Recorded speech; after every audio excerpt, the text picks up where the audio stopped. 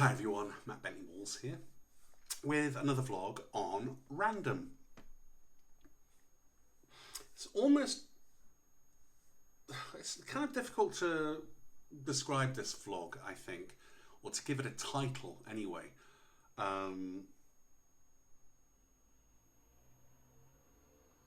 I had the seed of the idea. You know me, I kind of probably, I don't just throw stuff out there to prescription. I like to have a core idea, I suppose. But in theory, this is a really sort of simple concept. It's about ostensibly how visually aware you are, how visually literate you are, I guess. To an extent, maybe, possibly. It's a little bit more complicated than that, though. It's a very simple concept, but it's also... So, it started, the seed, I guess, grew a little bit in terms of I was rummaging around in a folder, a miscellaneous folder that I have. Just stuff that I throw in there. Things that I don't want to forget, things that are visually interesting to me, maybe. All sorts of stuff. Just complete, mishmash of stuff. And I began to sort of, I don't know, pay attention. Is this straight? I'm not sure if it's straight. Anyway, I began to see stuff that was a few images that I'd thrown in there that were the first images that I saw that blew me away. Before I had a camera, before I was remotely interested in photography, obviously I'd been, I'd seen an awful lot of stuff.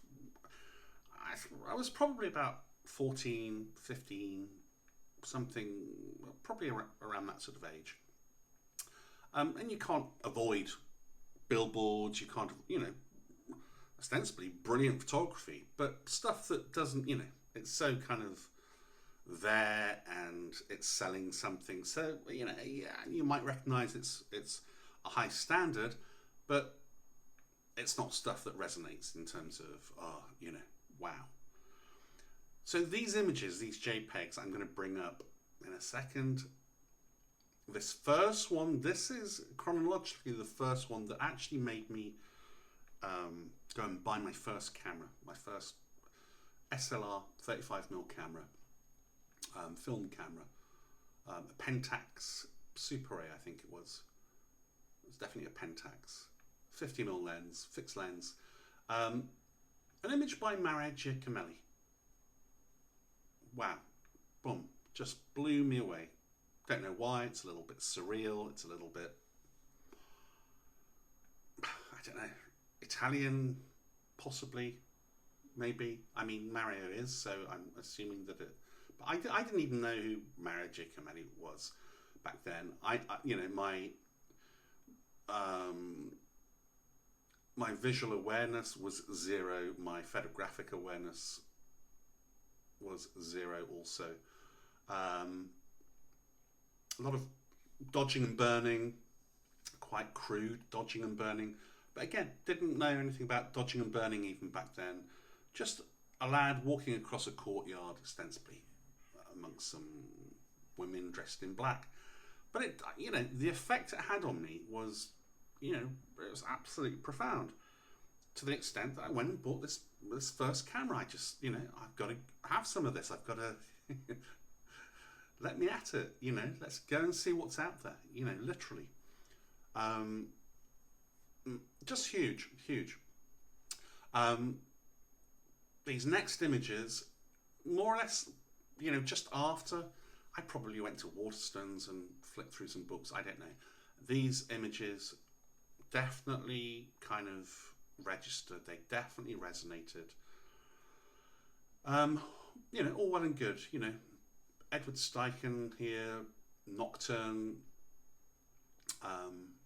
Edward J. Steichen, I should say.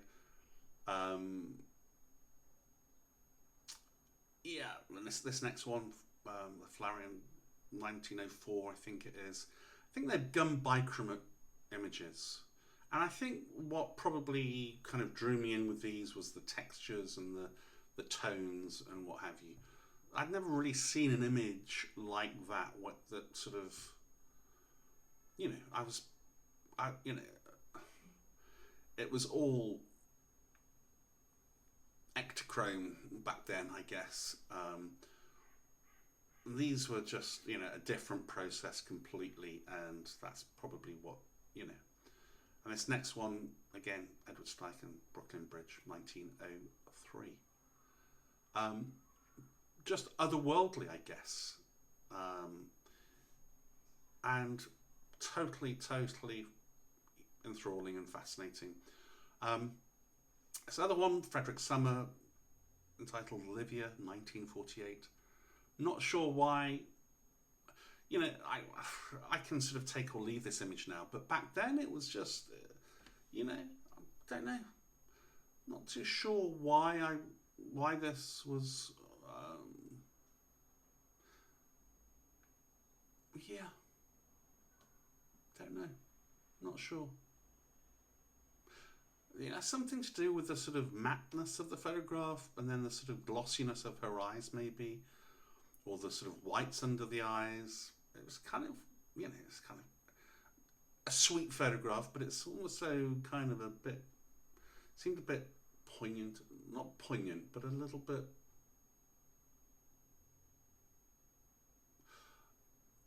I don't know, I'm not sure. I was going to say a little bit weird, a little bit, yeah, I don't know. Not one of my favourite photographs now. This Alfred Stieglitz's photograph, on the other hand, wow, you know, the hands, Georgia O'Keeffe's hands, no less. That definitely and still does kind of, yeah, great photograph. Just something very simple, a little bit abstract, I guess. And sort of nails going down the palms of her. Yeah, I don't know. Just very ambiguous in a way. And I quite like that kind of thing. This next one, Gertrude, I'm not sure how to pronounce this. I've never known how to pronounce it. Gertrude Casimir, I don't know. Blessed art thou amongst women, 1899. I still love this photograph. Something about the formality of the daughter's attire, the mother just kind of looking like she's just got out of bed in a nightie or something, and the fact that the daughter looks so formal, staring straight into the lens, and the mother is just looking sort of elsewhere. Yeah, don't know. Motherhood, I think it says, you know, something special about that, and maybe I was relating that back to my own sense of motherhood. I don't know. I love those floorboards, by the way. How wide are those? You don't get those. You don't get those anymore.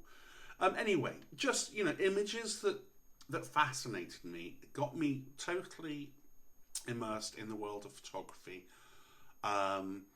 This next one, Andre Curtis, the Kurtish, I'm never quite sure how to pronounce that either. Landing Pigeon, New York, March the 2nd, 1960. Again, just fascinated me. I think this was the first photograph where I kind of thought, you know, decisive moment. I mean, is that superimposed? How did he manage to take that photograph at that precise second? And then the textures of the walls and the strong diagonals and that sort of broken ladder. Well, I don't know if it is a ladder or not, but it sort of looks a little bit like the ladder next to the pigeon. And a few others. This one by Paul Strand, The White Fence, Port Kent, New York, 1916.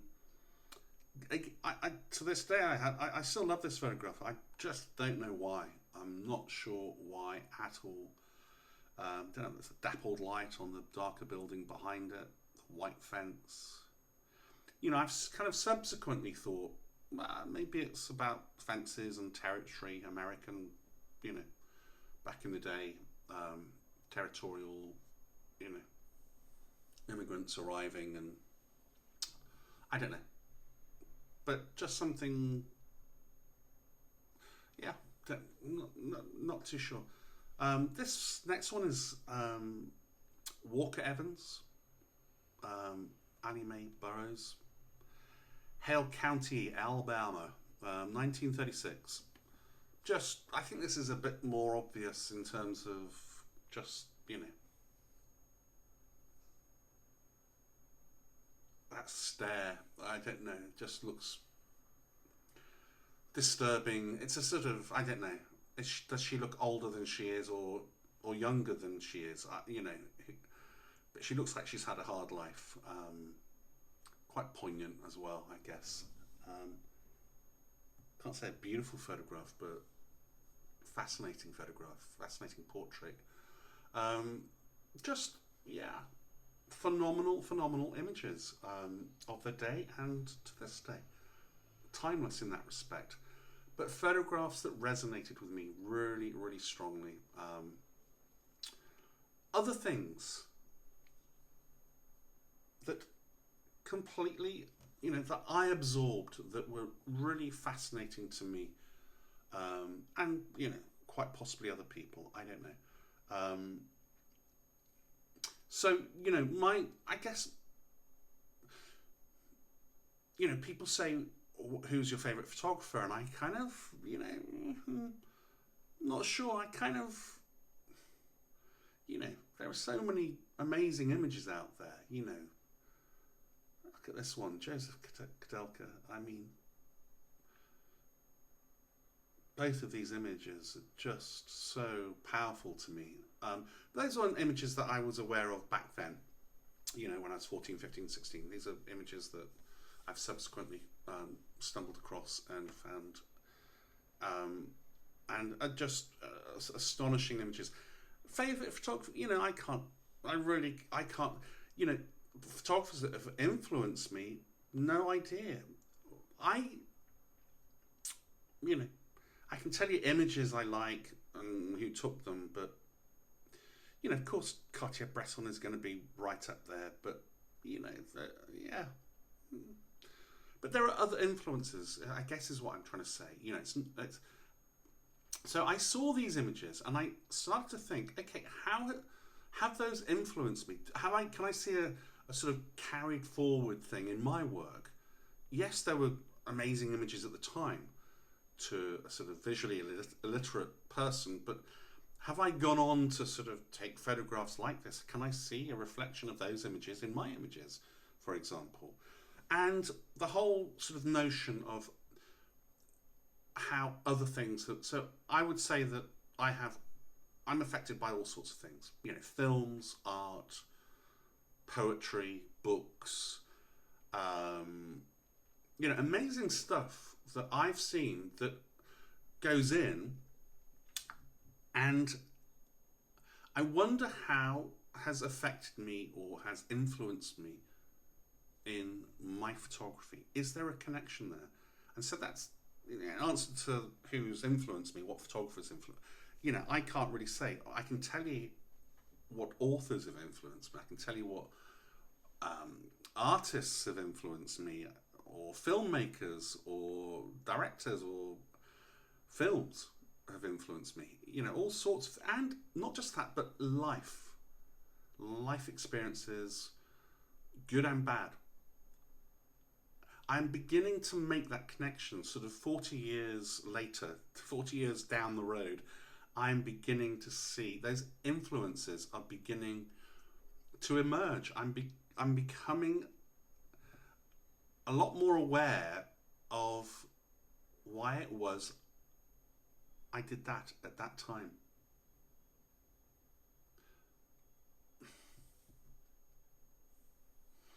I've used the analogy before, 10 people walking down the street, same time, same day, all together, they will veer off. You're not allowed to go down the side streets. Some people will photograph cars, fast cars, open top cars, I don't know. Some people will take reflections in shop windows. Others will photograph fruit sitting out side, the front of a fruit shop. You know, we all gravitate to different things. But I think based on our life experiences, things that have touched us, things that have influenced us, people, films, art, whatever it is. But making those correlations, making those links is, well, at least for me, has been non-existent really up until a very short time ago, where I'm suddenly becoming acutely aware of, oh my God, that's that. That's how, that is just weird, you know, and it's undeniable. It's and this is a sort of the fascination of for me, it's a fascinating aspect to my work, and maybe it is to yours. In other words, can you trace back? Can you see those links? I mean, I haven't seen those links. You know, so I've said it before, this is all about street photography, but look, people take photographs in different ways. We categorize it, don't we? We kind of go, okay, street photography, reportage photography. Some people kind of do projects. They, I don't know, disappear. So out to Mongolia for 3 months and take a bunch of photographs, come back, pick 20 and have an exhibition, or sell them to a magazine, or whatever it is, you know. Sometimes it's paid, sometimes it's not. Sometimes it's not paid, but then they sell it later on. Sometimes it's commissioned. You know, some people will, I don't know, organise taking photographs of a fisherman out at sea for a week. You know, a week in the life of a fisherman. Great. Again, what do they do with photographs? Maybe it's a private thing. Maybe it's, you know, all these different ways by which we take photographs, paid or unpaid. Exhibition, maybe, who knows? It's all different. But how many of us can actually see direct correlations between what they photograph, how, you know, not just what they photograph, but how they photograph, why they photograph that particular thing at that particular time, and tying it back to all the previous things that have gone on and occurred in their life before. And so what I wanted to do is show you a few examples of photographs that I've taken, things that I chose to do that with at a particular time. So when I go out, I'm not thinking, oh, I want to take 10 photographs today of homeless people, or 10 cars, 10 Ferraris, or whatever. I didn't do that. I just have a blank canvas, quite literally. I kind of go into a bit of a, began to realize I go into a sort of a bit of a, I don't know, a zone or something. I'm not sort of daydreaming because I'm acutely aware of my camera settings and the lighting and what have you, but I'm very relaxed as well. It's a sort of strange place that I only sort of am like that when I've got my camera in my hand. So, you know, that's just how it is. But I go out with a blank canvas, so I rely on serendipity, purely and simply. Just anything that presents itself that I find interesting, that I can't sort of look at something and go, I wonder if I can make that interesting. I have done in yesteryear, but typically no now. It's just something I'm naturally kind of taken to. Something happens, I see something, and yeah, you know, I can't not take the photograph. It's a sort of, that's how it happens. That's the dynamic by which I photograph. I'm aware of that. I always have been aware of that. That's, you know, I've been doing that for a long, long time. You know, nothing clever about it. That's just how I do it. I'm not interested in, you know, 20 photographs on the same theme. Just, you know, no. I'm interested in one photograph of something that just happens out of nowhere. that's just how I am. That's what photography is to me. Um, but I thought I would pull up a few photographs that and then show you the photographs that I have clearly been influenced by, not just the photographs, but the paintings or the poem or the film or such and such like. And you can see the direct correlation between one to the other. And the thing that I find amazing is that if you're out and shooting like I shoot, there's a split second of you either get it or you don't. It's so quick, it's so in that moment or in that second even. It's like you cannot be thinking, okay, I saw that film and therefore I want to somehow incorporate what I saw or what I felt from that film into this image. No, it's impossible. You can't do it. It's just everything happens too fast. And yet time and time again, I keep making these links. It's like a subconscious thing. It's a subconscious thing. Stuff that has gone in, it's coming back out again. Sounds a bit wrong, but it sounds like I'm talking about food. But you know what I mean? You absorb stuff, and I don't know. Does that maketh man? I don't know. I honestly don't understand that aspect of it. But I'm absolutely convinced. 40 years later, this is a recent thing for me. I'm just wondering if other people, make those links as well. Leave me some comments. I'd be fascinated to learn. But I don't hear this spoken about very much. Maybe it's because it's obvious. I don't know, but it hasn't been obvious to me at all. I mean, it stands to reason that certain things are going to lean you towards certain things that have moved you, things that have. But it's just, I'm going to run these photographs, but I'm just going to say that if that is the case, and it clearly is the case, how do you do that in a split second?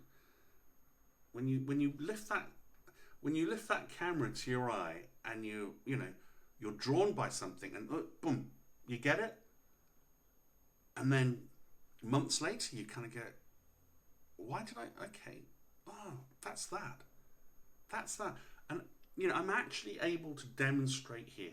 I'm going to run this now to show you. So, for example, this is a little bit of a tenuous one to begin with. Yeah, maybe there's a link, maybe there isn't, but hey, I'm willing to go with it. This harps back to the Georgia O'Keeffe Hands by Alfred Stieglitz. This image of mine, a waiter passing by. I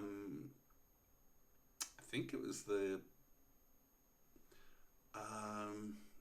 was definitely Paris. I think it was the Café de la Rotonda, Montparnasse. Just don't know why I did that split second. It's a one-off shot, bang. I'm not talking about plagiarizing. I'm not talking about literally reproducing an image that you've seen that has resonated with you. No, it is just a flavor of something or the idea of something or the way something made you feel. This next one, the Casimir one, Blessed Art Thou Amongst Women. For sure, motherhood.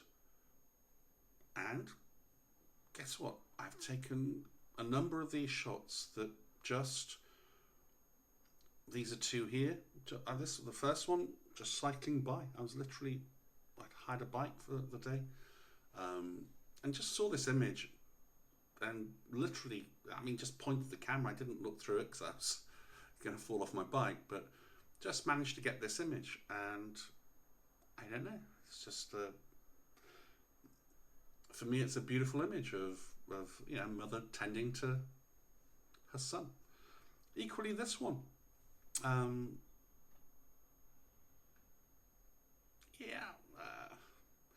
Jardin de Luxembourg. I mean, I don't generally photograph kids.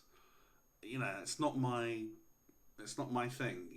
I know they can be fantastic subject matter, spontaneous, but not in this day and age. You just err on the side of caution. But this one, she's with her mother. That's fine. If the mother objects, then that's fine. I'll delete it. It's a digital. This is a digital image. But for me, I'm not hiding or anything. But it's just a beautiful image, and just completely resonated with me because I've done that 1,000 times with my daughter, Pat Cake. And yeah, just a very, very simple image that you could just kind of easily walk by. But no, somewhere I think that motherhood photograph is kind of, that maybe, and being a parent. I don't know. This next one is a little bit more direct. The Andre Curtis pigeon, landing pigeon shot. So you have that image. This is a very powerful image for me. Always has been, always will be. It's not one of those ones that has kind of lost its potency over time. It's just an amazing classic image. Sat outside one morning having my coffee, and I can tell you and guarantee you, I am not sipping that coffee thinking Andre Curtis landing pigeon shot at any point. Not, I'm not even thinking of anything. I'm too, it's the morning. I'm not thinking anything in the morning. I'm brain dead. I'm just sort of trying to wake up, let alone think anything. Hence the coffee, probably. I'm just sat there, and I'm noticing these shadows on the wall. It's like a courtyard at the back of a hotel, somewhere in Paris. I couldn't tell you where. I can't remember.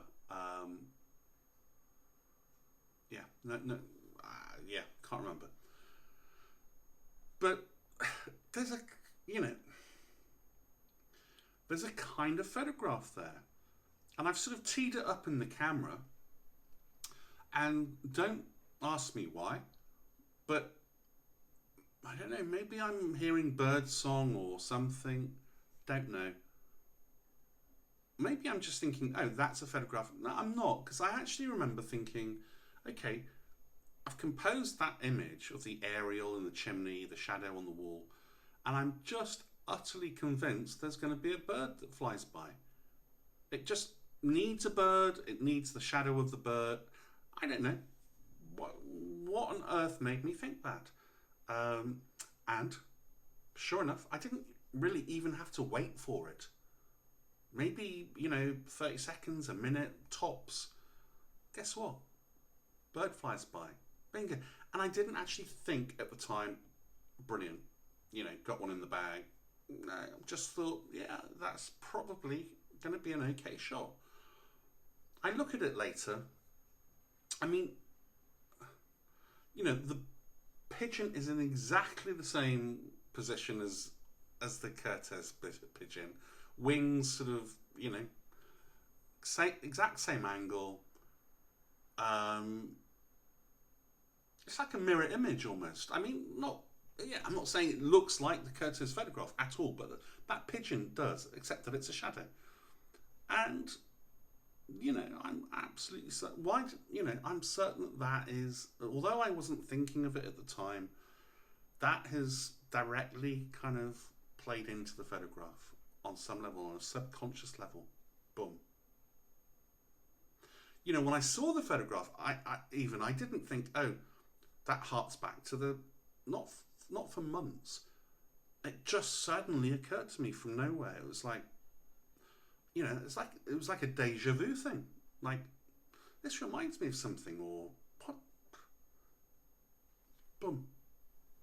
Took me quite a while for it to really kind of, yeah. I'm going to talk about a couple of films. The first one, Paris, Texas. I saw this film a long, long time ago. And look, Wim Wenders, wow. But this film just absolutely, some people might think it's boring. For me, it's a masterpiece. It always has been, always will be. Yeah, it's the best film I've ever seen, but it's definitely up there. It's definitely one of them. And I, for some reason, I absolutely love this film, and I began to think about it, and it's ostensibly about love and loss. This kind of raggedy old guy and this beautiful, much younger, beautiful Natasha Kinski, or Natasha Kinky, as I used to call her.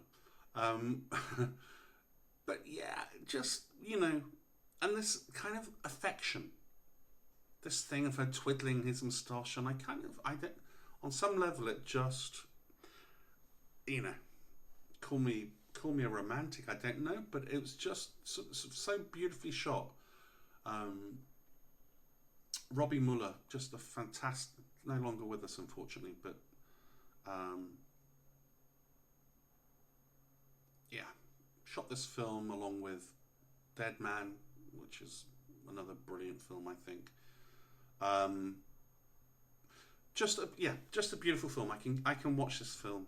I have only watched it a couple of times, to be honest. I'm not like one of those people that watches and watches and watches the same film over and over again. I like it to linger in the memory and revisit it in my mind rather than see it loads of times on screen. But I'm damn certain if I put the DVD in and watched it today, I would love it. But just that kind of affection and those feelings of loss when things go wrong.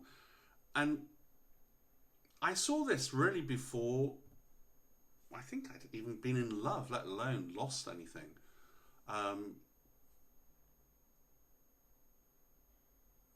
But I have revisited it since, having been in love, I guess, throughout, various times throughout my life. And it's just that thing of how special it is to be, I'm not talking about fake, false affection, no, I'm talking about when two people, feel that love for each other. It's a rare thing, I guess, but when it happens, it's absolutely one of the most amazing things, isn't it? I mean, I'm saying isn't it as though you've, maybe experienced it. I think maybe a lot of people don't experience it. Amazing when it happens, but gut-wrenching if it goes wrong, and very difficult to... But I think... it's just sort of resonated on all sorts of levels. And as a consequence, I think these photographs of mine have sort of absolutely... I remember this one taken in Oslo, in Norway. I saw it 30 meters away. Well, I don't know how many meters away, but it was, I saw it there. I saw her with her leg draped over his. And that was it, boom, I was like an exocet.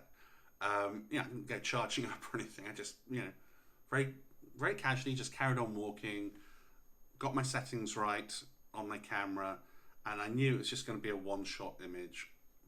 But I had to get it. It was one of those images I had to get. Think about it later, but I had to get. Simple as. It's not, she's not twiddling his beard or his moustache or anything, but it's just got a lovely, I'm doing this, he's doing that. But it's just, I don't know. Hey, like the epitome of love or something. Just really lovely. Yeah. This next one, I just was hanging about, and boom, one shot. That happens. And this next one, exactly the same thing. I just serendipity. Boom. I'm the yeah. Just I don't know. Love, affection. It's just a beautiful thing. This next film, maybe the correlation is a little bit clearer or more apparent. Again, just a beautiful film, for me anyway. Butch Cassidy and the Sundance Kid. I love the film, but this scene, to anybody that's seen it, Paul Newman kind of showing off. Yeah. Look, I don't want to be a spoiler if you haven't seen it, but ostensibly he's showing off, taking them for a bike ride, and then the song starts, doesn't it? Raindrops keep falling on my head, and it's just beautiful. I don't know, it just loomed large, massively for me. And this photograph comes from it. Again, you can say, well, how do you know?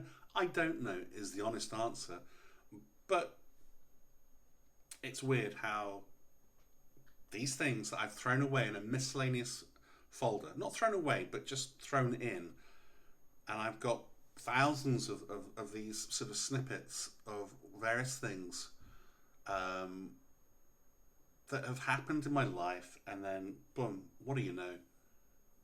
30 years later, or however many years later, this thing emerges from it. Again, sat down at a cafe. I wasn't thinking Butch Cassidy.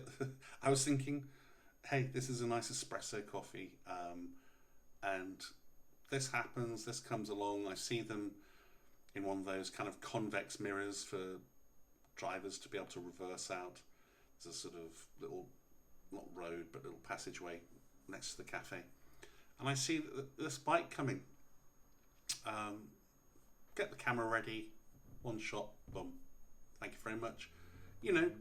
But again, the two girls laughing and them, I'm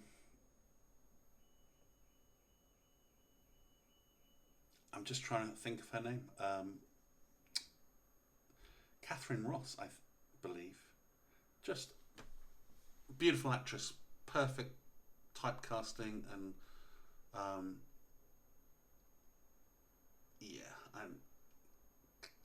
wow. Them laughing their heads off, and I don't know.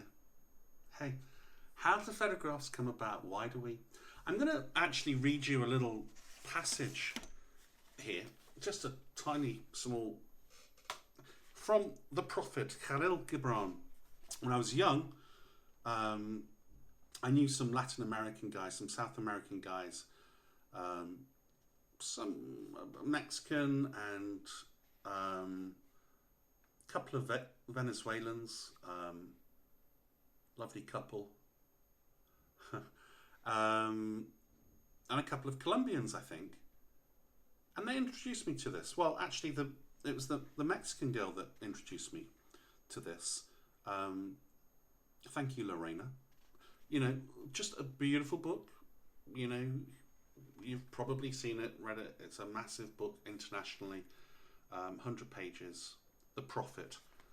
And, I can dip into this book. It's only a small book. I can dip into it and just, read anything at any time, and it's just profound. But this one passage, if you're not familiar with it, it's like, talk to me of such and such a thing, of marriage or of love. And he answered, saying, so love one another, but make not a bond of love. Let it rather be a moving sea between the shores of your souls. Fill each other's cup, but drink not from one cup. Give one another of your bread, but eat not from the same loaf. I mean, sing and dance together and be joyous, but let each one of you be alone, even as the strings of a lute are alone, though they quiver with the same music. And it goes on a bit, and then it says, for the pillars of the temple stand apart. Now, I'll read the line before that. And stand together, yet not too near together, for the pillars of the temple stand apart, and the oak tree and the cypress grow not in each other's shadow. And that's, you know, that's a straight on. This photograph, I mean, I know this photograph was taken with that last line in mind. Absolute direct correlation, 100%. I'm, you know, no two ways about that whatsoever. You know, I mean, if one or two others are a little bit tenuous, this one is not, by any stretch of the imagination. This next one, I don't know too much about this. I confess, couldn't find too much out either in preparation for this vlog, but it's a beautiful image. I think it's at the Jardin de Luxembourg. I think. I don't know. I can't say.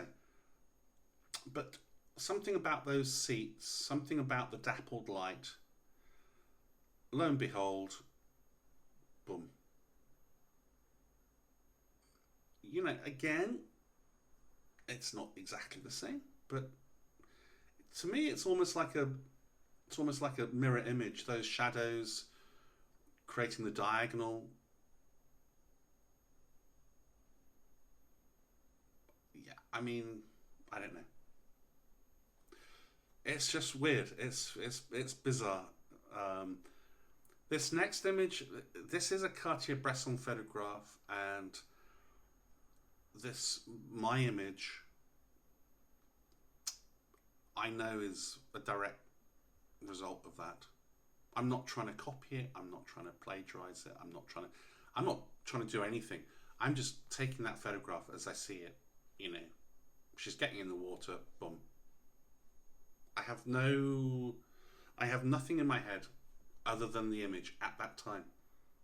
And yet, you know, this Cartier-Bresson image, the reason why this resonated so much is that it reminds me of a painting, and I couldn't find the painting that it reminds me of. Sorry, but it definitely reminds me of I think it's an Impressionist painting. And maybe that was an inspiration for Cartier-Bresson at the time. So it's gone threefold, you know, I don't know. But without doubt, when I took this photograph, this is straight back to that.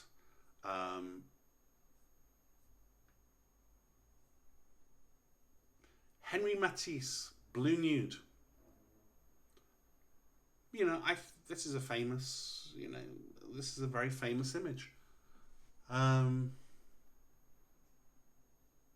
Maybe I'll leave that one, because I think maybe I was going to show you one, but I think maybe not, because I'm pretty certain it is. But maybe it's not so obvious. And anyway, yeah, let's leave that one.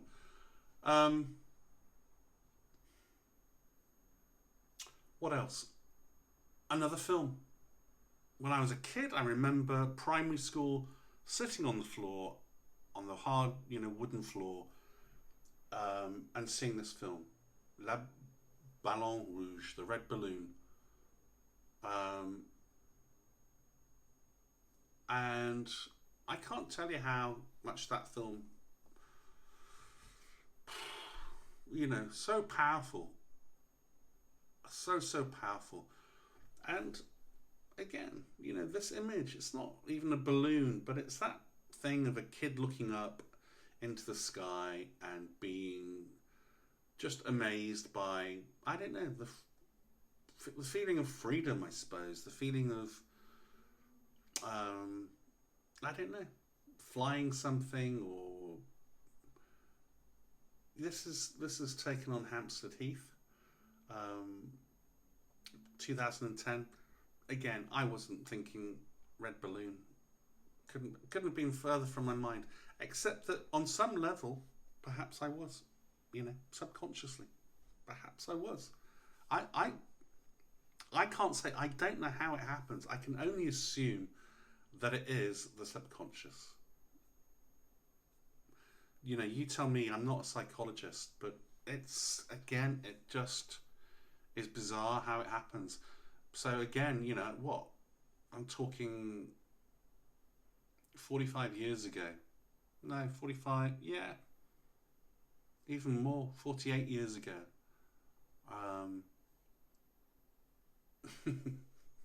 But, I've got that film. That's one of the films that's in my miscellaneous thing because it's important to me. It's one of those things that, one of those early childhood things that really resonated and really meant something. I'm going to tell you a little bit of a story here to give it some context. But this next image by Edward Manet, I used to meet a friend in a cafe, Drucker's. Don't know if you're aware of it. I don't know if it's still about even. But they sold Viennese cakes and kind of okay coffee for the time. And we'd meet in there kind of once a week and do the independent crossword. Now, I'm useless at crosswords, but she was an English, she's got an English degree and a lot better at crosswords than I was. But there was an interesting dynamic. She would sort of do most of the crossword, I guess. But intermittently, she'd stop and get, pause. And she knew that if I looked at the crossword, I'm dyslexic. If I look at crossword, my brain just goes blank. I read the question, see the blank spaces, my brain goes blank. It goes into,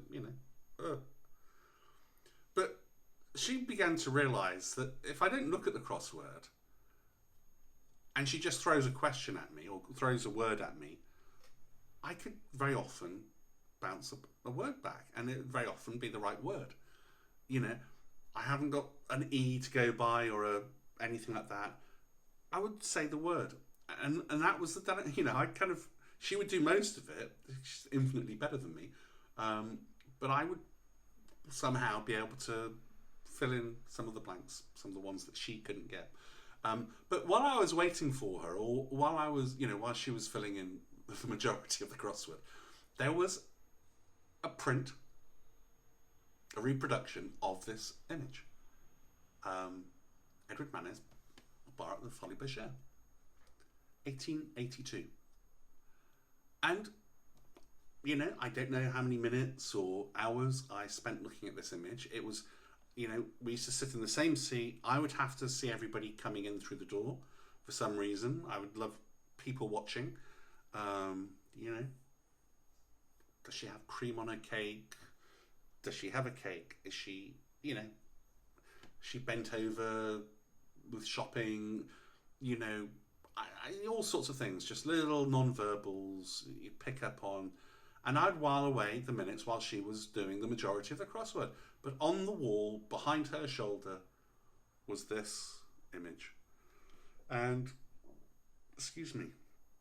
And I just would, I wouldn't think too much about it, but it just caught my imagination. And it went in, and I used to kind of just look at it, 'cause she's looking at you, and look at the colours and what have you. It wasn't a great reproduction, I don't think. And I don't think the lighting in there was particularly great, so there's only so much I could see. But then the guy in the top hat started to kind of, sort of factored in a little bit. And then I began to think, is that like a mirror image of her, or is that another waitress? But if it's a mirror image of her, then you are the painter, or the painter is painting you, namely, you're the guy in the top hat. And I just thought, that's really interesting. That's a really sort of interesting dynamic and what have you. Roll on 35 years, 2013.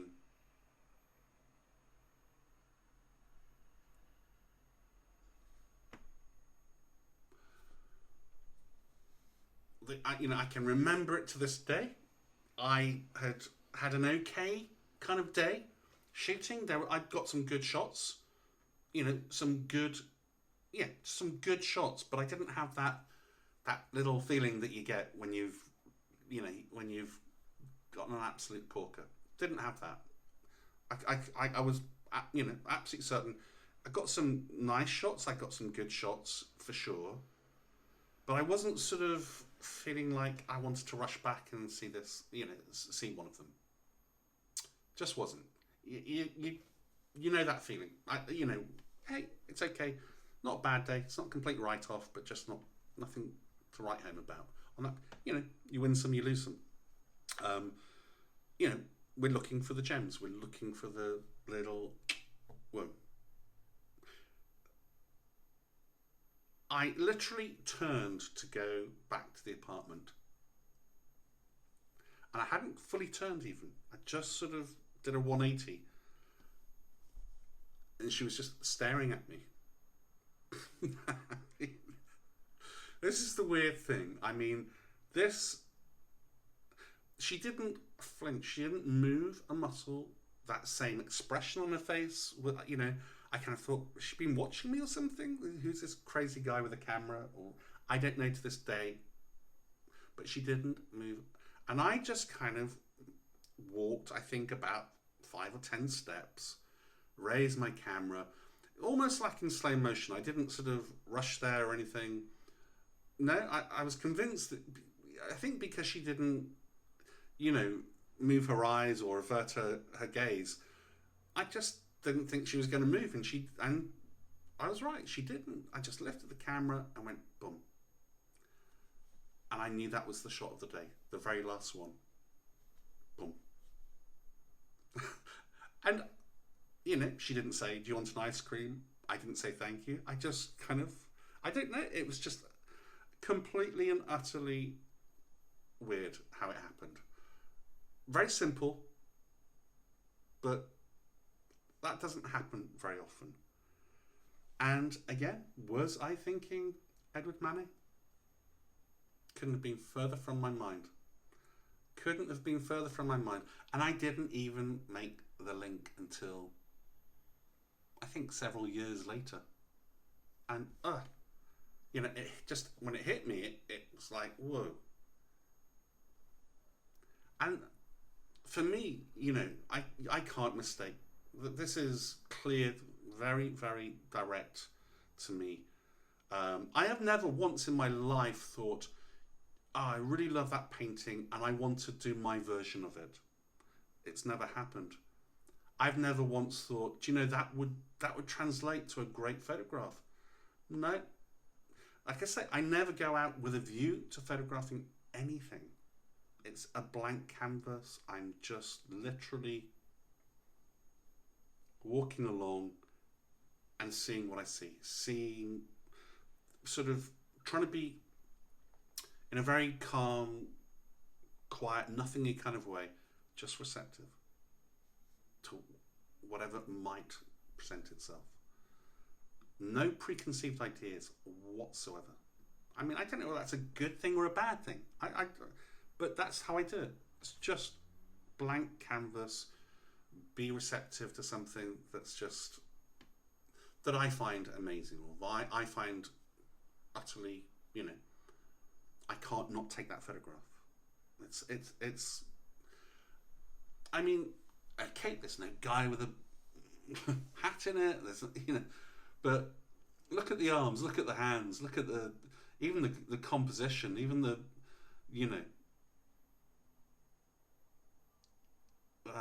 the framing. I don't think it could be more obvious. How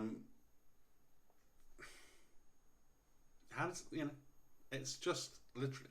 I'm not saying for a second that every photograph I take is informed by something, but the more I kind of look into it, the more and I don't always want to look into it. That's the weird thing. But the more I think about it, the more I'm aware that it is the case. And it's not just by, it isn't necessarily just by images or books or a line in a book even. It's feelings. It's things I've experienced. And I'm going to talk a little bit about this next image. Or am I?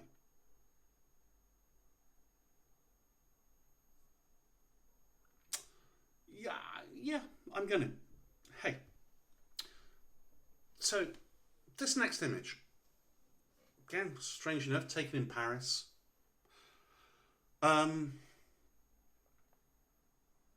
When I took this, I was really pleased with it. People have seen it. A couple of people have said, "Oh my God, I thought that was a Cartier-Bresson photograph," and another person said, "Hey, looks just like a Cartier-Bresson." That's the highest compliment you could be paid. You know, I mean, it really is. I'd love to know what Cartier-Bresson photograph. I mean, I've not seen a Cartier-Bresson photograph remotely like that, but hey, anyway, I should have asked, shouldn't I? But an image that I was really pleased with. So, okay, that's good. That's great. Another one in the can. Brilliant, you know. But this image, for me, I was literally having an exhibition. I got them all framed, and I remember the night before I went. You know, I had to go and put them up or take them to the exhibition to hang up. They were all in frames, all looking great, just as I wanted them. And this image, in fact, I pulled it out. I nearly forgot. This image was just, I was sat on the sofa, different apartment. This image was at the front of the stack, facing me. And don't ask me why, but I've always had slightly, you know, I love the image, I'm proud of the image, and yet there's a poignancy to it. Always has been. Didn't know why. Did not know why. And this image was facing me, as I say, on the floor, at the very front of the stack. And I was listening to some music, and I wasn't sort of fixated on the image or anything, but it was just there. I was listening to the music, and for no reason, I just got up and I turned it round. Went and sat back down again. And a few minutes later, I kind of thought, oh, what have I just done? I just sort of, why did I do that? And I knew that there was something about it. I knew that, you know, when you do that, you're not aware of all the stuff, all the, you know, all the wiring, all the subconscious. You're just not aware. You know, you're trying to put a frame around something and get the right exposure, and boom. As I say, it's all so quick. But this image absolutely depicts a time in my life. So this is 2011, by which time I knew the wheels were coming off my marriage. And on some level, I knew that my ex-wife would do everything in her power to turn my daughter against me. There are things that had happened throughout the marriage. I knew that she was she found our relationship, my daughter and my relationship, threatening. She would come home and hate the fact that, you know, we just had a lovely afternoon together. It's not fair. It's not fair, I should say. And I was like, what? We've just had a lovely afternoon. Yeah, it's not fair. You know, you get to spend...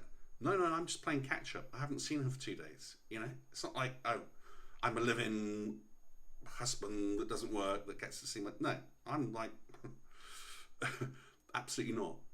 You know, but all these little signs that make you think, okay, you know, I try and say, well, it's a, you know, it's teamwork. It's like, it's brilliant because when I can't pick her up, you can, and it seems to work brilliantly.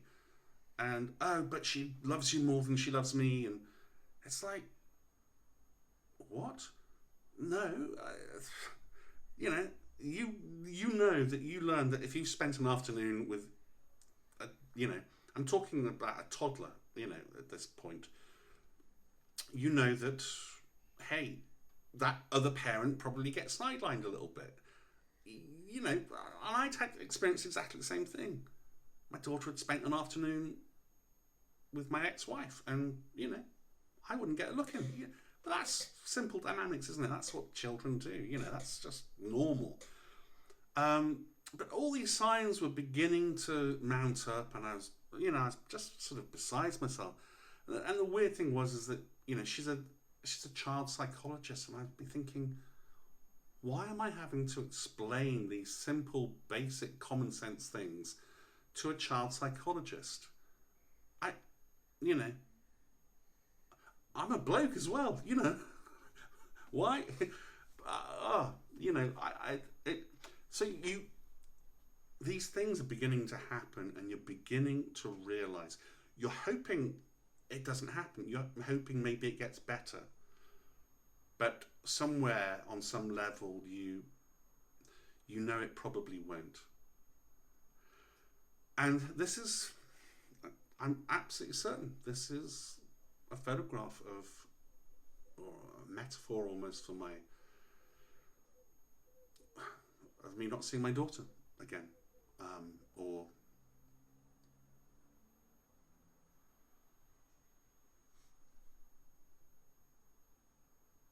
yeah, let's, you know, you get the idea. You get the maybe. This is what this image is. It's a kind of it's such, you know, it's that sort of funny thing. It's a beautiful image. I can see in some ways, but it's a very poignant image as well for me. And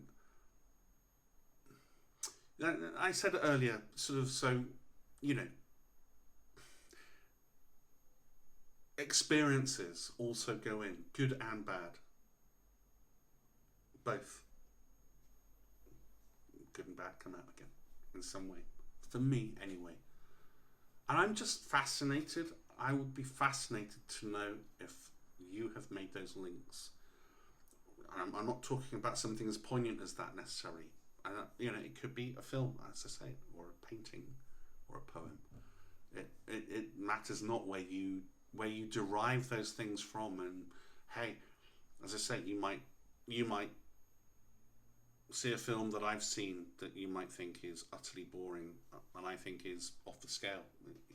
It doesn't matter. It's whatever floats your boat, isn't it? But yeah, I don't know. I just thought that would be interesting to throw out there, and it's you know, it's conversation. It's throwing thoughts out there that you know, I don't know. I sometimes think maybe I should have kind of cottoned onto this a lot sooner or a lot earlier, you know. But it's just a link I'm beginning to make recently, after 40 years.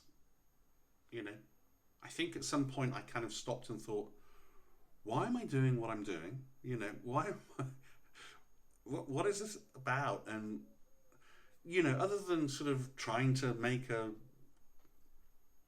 you know, a great or a lovely photograph, and you can't really say that anyway, because it's, you know, I guess it's in the eyes of the beholder, isn't it, of whoever's looking at it, whether it's good or not. But something that pleases you, I guess, on some level, or, you know, pleases you or doesn't please you, you know, as in that photograph. It does please me on one level, but it also upsets me greatly on another level. It's like it's a pain that will, you know, I live with daily. Very difficult thing to. But anyway, you know, leave me some answers. Give me, you know, let me know what.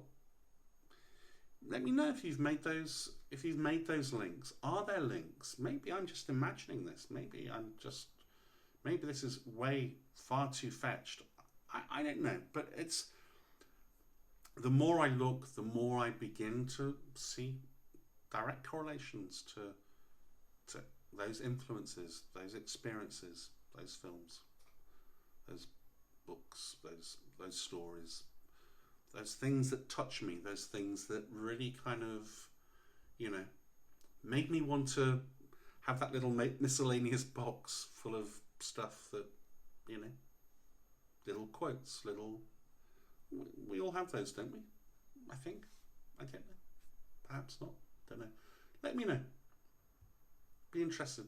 Really fascinated to know what you think and what you know, whether you've made those connections as well. Maybe I'm just going mad. Don't know. So that's probably long enough, I think. Thank you so much for stopping by, and see you for the next one. Cheers for now.